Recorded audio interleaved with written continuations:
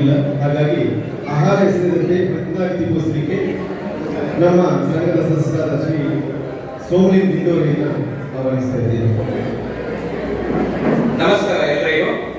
ರೈತ ಕಷ್ಟಪಟ್ಟು ಬೆಳೆಯುವ ಧಾನ್ಯ ಅನ್ನದ ಮಹತ್ವ ಕುರಿತು ನಿಮ್ಮ ಮುಂದೆ ಒಂದು ಕಿರು ಮಾಹಿತಿಯನ್ನು ನೀಡುತ್ತೇನೆ.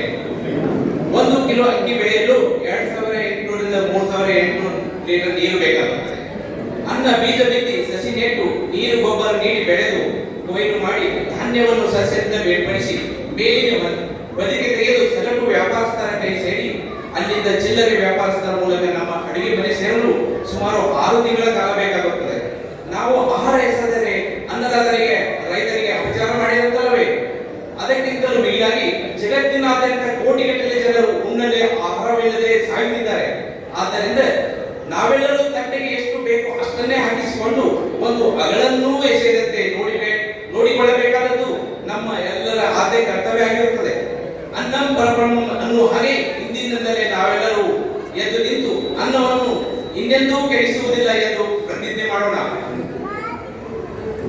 ಪ್ರತಿಜ್ಞೆ: ನಾನು ಇಂದಿನಿಂದ ಇಂದು ಸೇರಿದಂತೆ ಎಂದೆಂದೂ ತಟ್ಟೆಗೆ ಹಾಕಿಸಿಕೊಂಡ ಆಹಾರವನ್ನು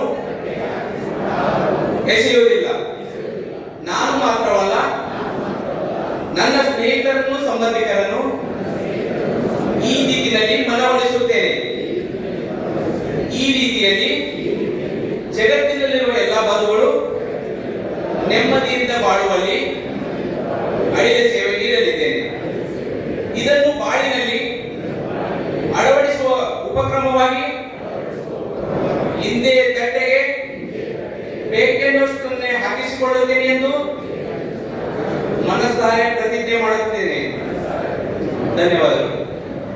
ಇನ್ನೊಂದು ಮಾತು, ಎಲ್ಲರೂ ಹೊಟ್ಟೆ ತುಂಬ ಊಟ ಮಾಡಿ, ಆದರೆ ಒಂದು